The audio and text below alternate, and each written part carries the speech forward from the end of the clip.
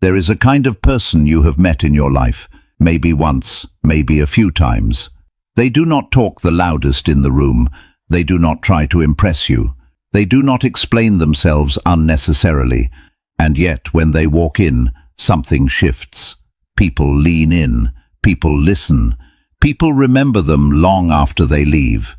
You have wondered about that person. Maybe you have wondered why you are not that person. Here is what most people get wrong. They think attraction, real, lasting, magnetic attraction, comes from what you show. The right words, the right look, the right achievements listed at the right moment. So they perform, they optimize, they work on their image the way someone works on a storefront window, arranging everything to look appealing from the outside. And it works, for a moment. People glance, but they do not stay.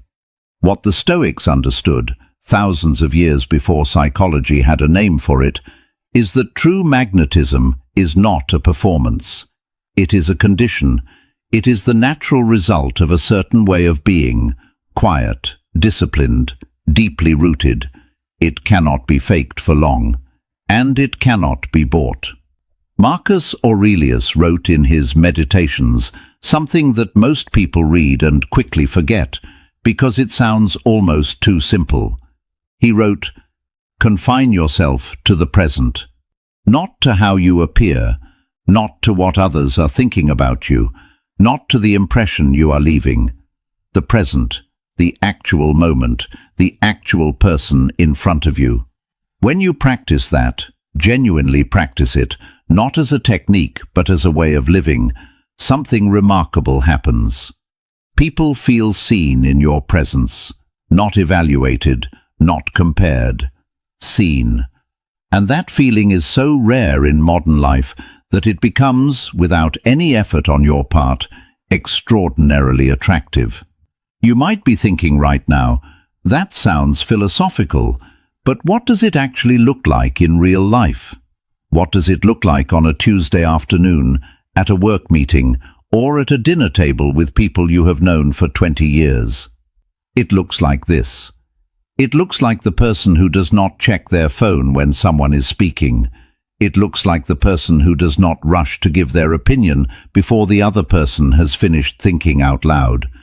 It looks like the person who can sit in a moment of silence without panic, without filling it with noise. These are not dramatic gestures. Nobody applauds them. Nobody writes articles about them. But people remember them deeply. In a world drowning in distraction and performance, a person who is simply fully present, that person becomes unforgettable. This is where the Stoic path begins. Not with grand speeches about virtue, not with visible sacrifice. It begins with the silent habits, the ones nobody sees building, but everyone eventually feels. And over the next few minutes, we are going to walk through exactly what those habits are, not as abstract philosophy, but as something you can recognize in your own life and begin practicing before this day is over. The first silent habit is this: you stop explaining yourself. Think about how much energy the average person spends justifying their choices, why they took a certain job, why they ended a relationship, why they did not call back, why they disagreed. There is a constant, exhausting background noise of self-justification that most people carry with them everywhere they go. The Stoics had a name for the anxiety underneath that noise. Epictetus called it the desperate need for external validation, the belief that your value depends on whether other people approve of your decisions. He was a man who had been a slave, who had nothing by the standards of his time, and yet he wrote with absolute clarity, "Never depend on the admiration of others. There is no strength in it." Not because other people's opinions are worthless, but because when you build your foundation on them, you are building on sand. Every conversation becomes a courtroom. Every relationship becomes a negotiation for approval. And people sense that. They sense the hunger underneath the words, even when they cannot name it. Now think of someone you know personally, perhaps a colleague, perhaps an older relative, someone who simply makes decisions and lives with them. They do not announce their choices. They do not defend them at length. If they are questioned, they answer once, clearly, and then they are done. There is no performance of confidence. There is just confidence. That quality is disarming. It is attractive in a way that no clever sentence or impressive title can match, because it signals something fundamental. This person knows who they are. And a person who knows who they are does not need to convince you of it. The second silent habit is equally invisible and equally powerful. You become comfortable with being misunderstood. This one is harder, because the desire to be understood, truly understood, is one of the deepest human needs. When someone gets you wrong, when they misread your intentions or misjudge your character, the impulse to correct them is almost physical. You want to reach across and say, "No, that is not who I am. Let me show you."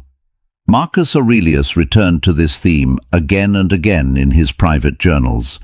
He reminded himself that the opinion someone holds of you lives inside them, not inside you. He wrote, "You have power over your mind, not outside events." The misunderstanding exists in another person's mind. You cannot live there.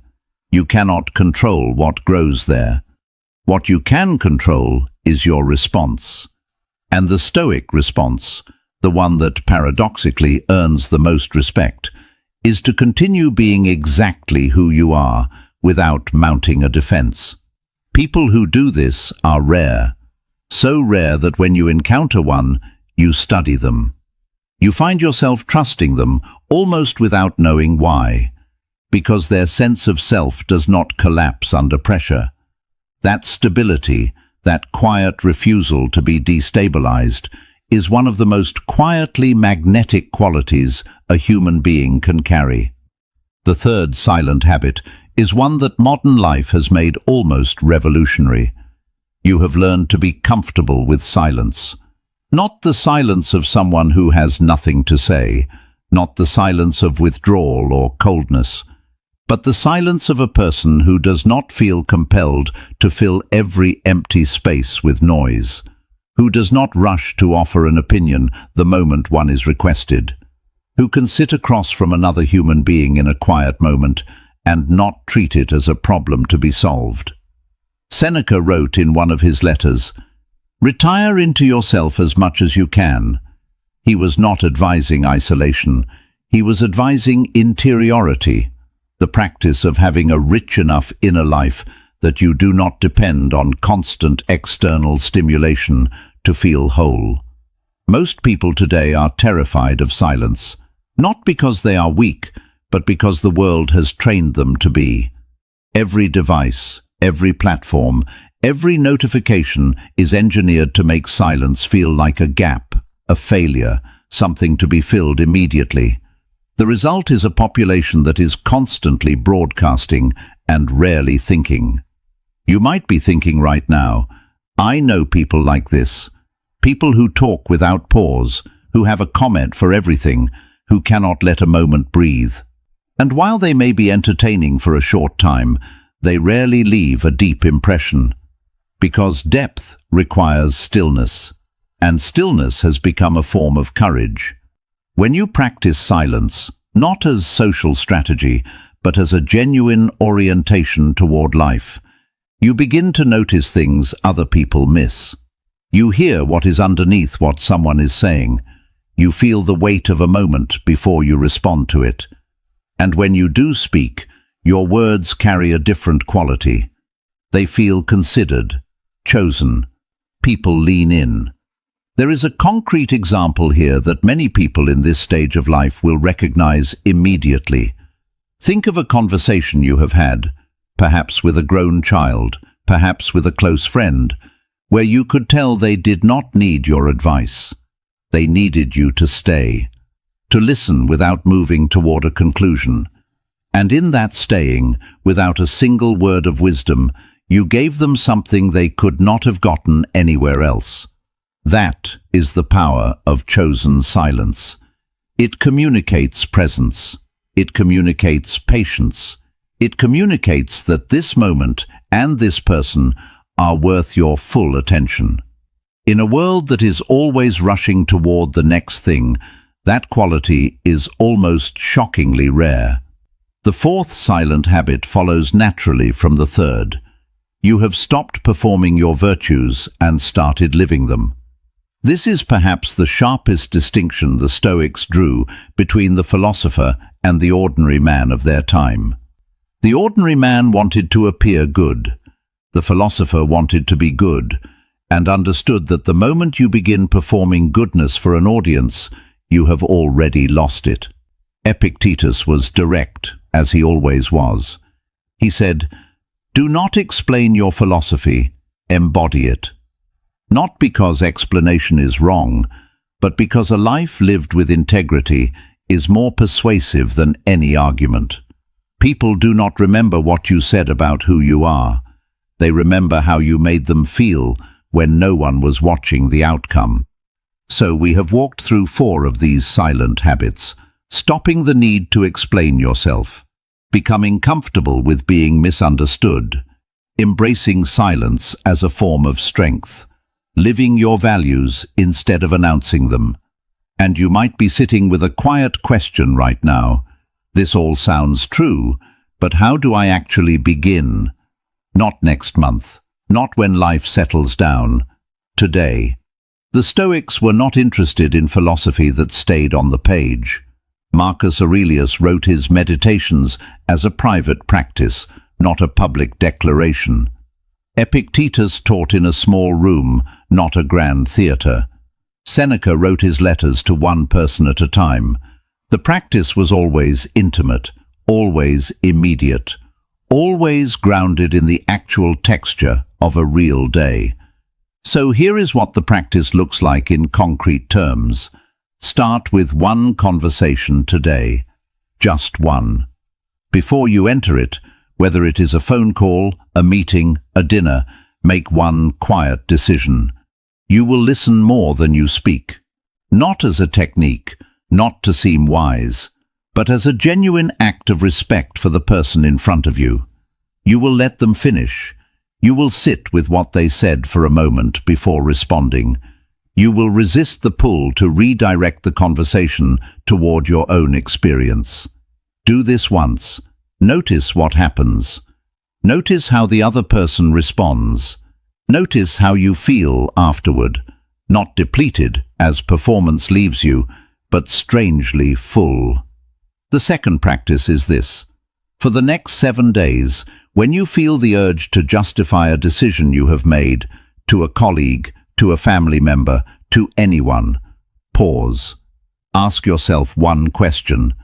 Am I explaining this because it serves them, or because I need their approval? If the answer is the second one, say less. Say what is necessary and stop. Let the decision stand on its own. This will feel uncomfortable at first. The silence after a statement that you would normally have followed with 3 sentences of justification will feel like a void. Let it be a void. That void is where your dignity lives. The third practice is the quietest of all. Each evening, before the day closes, spend 5 minutes without a screen, without music, without any input from the outside world. Just sit. Let the day settle. Let your thoughts move without chasing them. Seneca called this the evening review, not a judgment of yourself, but a witnessing. What did you do today that aligned with who you are trying to be? What pulled you away from that? No punishment, no drama, just honest observation. These 3 practices are not complicated. They do not require a retreat or a library or a teacher. They require only the willingness to treat your own life as something worth paying attention to. And here is what the Stoics knew that most modern self-help misses entirely. Attractive people, genuinely deeply attractive people, are not attractive because they have perfected their image. They are attractive because they have developed a relationship with themselves that is honest, consistent, and unafraid. That relationship radiates. You cannot manufacture it. You can only build it slowly through exactly these kinds of quiet, daily acts. There is a moment that comes in the life of almost every person who reaches a certain age and a certain level of honest self-reflection. A moment when you realize that most of what you spent your early years chasing, approval, recognition, the right impression, was exhausting in a way you did not fully understand while you were inside it. And the relief that comes with letting it go is not loud. It does not arrive with a dramatic revelation. It arrives quietly, like a room that has been aired out after years of closed windows. You simply notice one day that you are no longer performing, that you are no longer waiting for the verdict, that you are, for perhaps the first time, simply here. That is what the Stoics were pointing toward. Not detachment from life, but a deeper engagement with it, one that does not depend on the shifting opinions of others to remain stable. Marcus Aurelius, who ruled the most powerful empire in the world and still found time to remind himself daily of these principles, put it with his characteristic plainness. He wrote, "Waste no more time arguing about what a good man should be. Be one. Not tomorrow, not after the next achievement or the next chapter or the next version of yourself that finally has everything in order. Now, with what you have, with who you already are." The silent habits we talked about today are not a program. They are not a system. They are simply a return to the part of you that already knows how to be still, how to be honest, how to be present without apology. That part has always been there. It has just been buried under decades of noise. You do not become dangerously attractive by trying harder. You become it by needing less. Less approval, less noise, less performance. And in that quiet reduction, something essential emerges. Something that people feel before they can name it. Something that stays with them long after you have left the room.